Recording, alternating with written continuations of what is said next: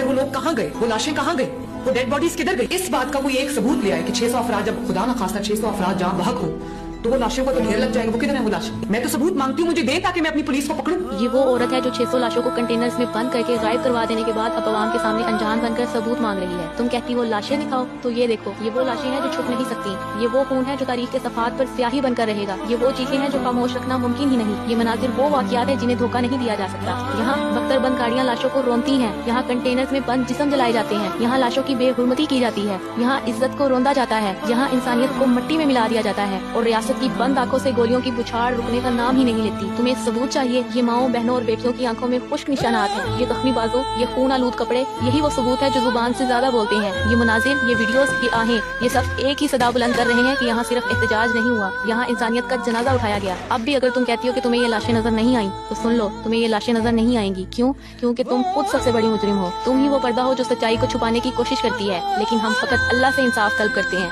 इंशाअल्लाह अल्लाह वही फैसला करेगा जो तारीख ने कभी फिरौन और नमरूद जैसे तुगयानकारों के लिए लिखा है, जो जुल्म करके लोगों की आवाज दबा दे। आखिरकार तारीख और रब्बुल इज्जत के सामने बेनकाब हो जाता है। हम दुआगो हैं कि हक का आलम हमेशा बुलंद रहे, मजलूम को इंसाफ मिले और आइंदा नस्लें ऐसे जुल्म से महफूज रहे। लब्बाइक।